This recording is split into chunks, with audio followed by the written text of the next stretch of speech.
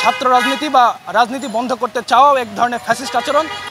মাজার ভাঙার যে সংস্কৃতি চলছে এবং নারীদের হেনস্থা করার যে প্রবণতা দেখা যাচ্ছে তা দ্রুত বন্ধ করতে হবে। অবিলম্বে সীমান্ত হত্যাকাণ্ডে বন্ধে সরকারকে কার্যকর ভূমিকা গ্রহণ করতে হবে। আমরা মূলত আজকে 4 দফা দাবিতেই শাহবাগে বিক্ষোভ সমাবেশ করেছি। আমাদের 4টি দাবি হচ্ছে, শিক্ষা খাতে বরাদ্দ বৃদ্ধি করতে হবে এবং বন্যা কবলিত এলাকায় যে শিক্ষা প্রতিষ্ঠানগুলোর ক্ষতিগ্রস্ত হয়েছে সেই ক্ষতিগ্রস্ত শিক্ষা প্রতিষ্ঠানগুলো দ্রুত মেরামত করে আক্রান্ত এলাকার শিক্ষার্থীদের বিনামূল্যে শিক্ষা উপকরণ বিতরণ করতে হবে। সারা দেশে যে সাম্প্রদায়িক হামলা সংঘটিত হয়েছে এবং মাজার ভাঙার যে সংস্কৃতি চলছে এবং নারীদের হেনস্থা করার যে প্রবণতা দেখা যাচ্ছে তা দ্রুত বন্ধ করতে হবে এবং সেই বন্ধে দ্রুত কার্যকর ব্যবস্থা গ্রহণ করতে হবে। আপনারা জানেন যে গত 1 মাসের সীমান্তে 2টি হত্যাকাণ্ড ঘটেছে, পিরোজপুরে স্বর্ণা দাস এবং ঠাকুরগাঁওয়ে জয়ন্ত কুমার।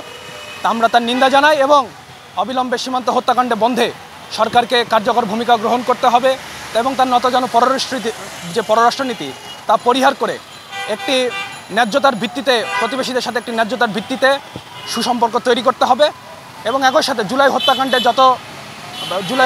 দ্রুত বিচার নিশ্চিত করতে হবে, আহতদের সুচিকিৎসা এবং পুনর্বাসন নিশ্চিত করতে হবে এবং জুলাই হত্যাকাণ্ড বিচার নিশ্চিত করতে অবিলম্বে একটি বিশেষ ট্রাইব্যুনাল গঠন করে সেখানে বিশেষভাবে প্রসিকিউটর নিয়োগ করে বিশেষভাবে বিচারক নিয়োগ করে যেন দ্রুত সেই হত্যাকাণ্ডের বিচার নিশ্চিত করা যায় সেই ব্যবস্থা গ্রহণ করতে হবে। আপনারা জানেন যে বিভিন্ন বিশ্ববিদ্যালয়গুলোতে শিক্ষা প্রতিষ্ঠানগুলোতে কাঠামোগত ছাত্র রাজনীতি নিষিদ্ধের যেই দাবি উঠেছে আমরা তার প্রতিবাদ জানাই। আমরা মনে করি ছাত্র রাজনীতি বা রাজনীতি বন্ধ করতে চাওয়াও এক ধরনের ফ্যাসিস্ট আচরণ। আমরা গণতান্ত্রিক বাংলাদেশে 5ই আগস্টের পরে যে গণতান্ত্রিক বাংলাদেশ, সেই বাংলাদেশে আমরা কোনো ধরনের স্বৈরাচারী বা ফ্যাসিস্ট আচরণ আমরা চাই না, দেখতে চাই না। আমরা চাই সকল মত ও পথের রাজনীতি চর্চার পথ সুগম করতে হবে এবং সকলে মত প্রকাশের যে স্বাধীনতা সেই স্বাধীনতা আমাদেরকে নিশ্চিত করতে হবে। একই সাথে বাক স্বাধীনতা বিরোধী যে ডিজিটাল সিকিউরিটি অ্যাক্ট রয়েছে সেই ডিজিটাল সিকিউরিটি অ্যাক্ট বাতিলও আমরা আজকের বিক্ষোভ সমাবেশ থেকে জানাতে চাই। প্রথমত বাংলাদেশ ছাত্র ইউনিয়ন একটি স্বাধীন ছাত্র গণসংগঠন, কোনো ধরনের রাজনৈতিক দলের লেজুর ভিত্তি ছাত্র ইউনিয়ন করে না। সুতরাং লেজুর ভিত্তিক ছাত্র রাজনীতি নিষিদ্ধ ঘোষিত হলে আমরা মনে করি আমরা যারা ছাত্র আন্দোলনের কর্মী, যারা সর্বদা ছাত্রদের দাবি দেওয়া নিয়ে পাশে থাকি, ছাত্রদের পাশে থাকি, তাদের যেই রাজনীতি চর্চা করার যে সুযোগ সেটি হরণ হবে বলে আমরা মনে করি না।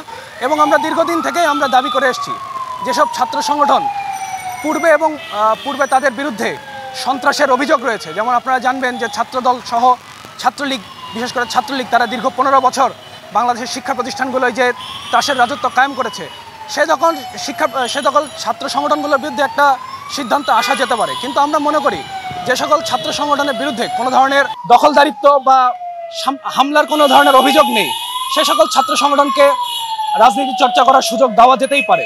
কিন্তু আমরা মনে করি, আমরা শিক্ষার্থীদের এই দাবির সাথে একমত যে আমরা মনে করি যে প্রচলিত যে ছাত্র রাজনীতি রয়েছে সেটি পরিবর্তন ঘটাতে হবে এবং সেটি কাঠামোগত পরিবর্তনের মধ্য দিয়ে সুস্থ ধারার আদর্শভিত্তিক ছাত্র রাজনীতি ক্যাম্পাসগুলোতে প্রচলন করতে হবে এবং দ্রুত সময়ের ভেতরে শিক্ষা প্রতিষ্ঠানগুলোয় ছাত্র সংসদ নির্বাচনের আয়োজন করতে হবে। দেখুন, আজকের বিক্ষোভ সমাবেশ থেকে আমরা বললাম, এর আগেও আমরা বিভিন্ন সময় প্রেস নোটের মাধ্যমে আমরা এই দাবি জানিয়েছি। ভবিষ্যতে আমরা হয়তো অন্তর্বর্তী সরকারের কাছেও আমরা সে ধরনের লিখিত স্মারকলিপি পেশ করব। প্রয়োজন বোধে আমরা ছাত্র ইউনিয়নের পক্ষ থেকে আহতদের একটি তালিকা করার চেষ্টা করছি। সেটি সম্পন্ন হলেই আমরা হয়তো পরবর্তীতে সেই তালিকা সহ আমরা প্রধান উপদেষ্টা বরাবর একটি স্মারকলিপি আমরা পেশ করব। সংবাদ, ফিচার ও অনুষ্ঠানের জন্য ভিজিট করুন সংবাদ প্রকাশের ওয়েবসাইট এবং যুক্ত থাকুন ফেসবুক পেজ ও ইউটিউব চ্যানেলের সঙ্গে।